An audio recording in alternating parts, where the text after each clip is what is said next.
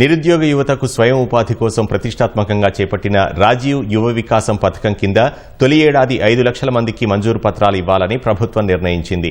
June 2న Telangana ఆవిర్భావ దినోత్సవం సందర్భంగా వీటిని పంపిణీ చేయాలని 3 మాసాల్లో నెలకు 2,000 కోట్ల చొప్పున ఖర్చు చేసి యూనిట్లు గ్రౌండింగ్ చేయాలని భావిస్తోంది.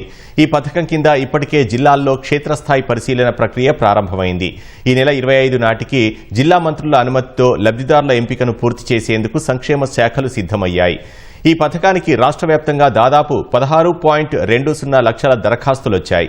లక్ష్యం మేరకు ఇందులో దాదాపు 5 లక్షల మంది యువతకు గరిష్టంగా 4 లక్షల రూపాయల విలువైన యూనిట్లు మంజూరు చేయనున్నారు.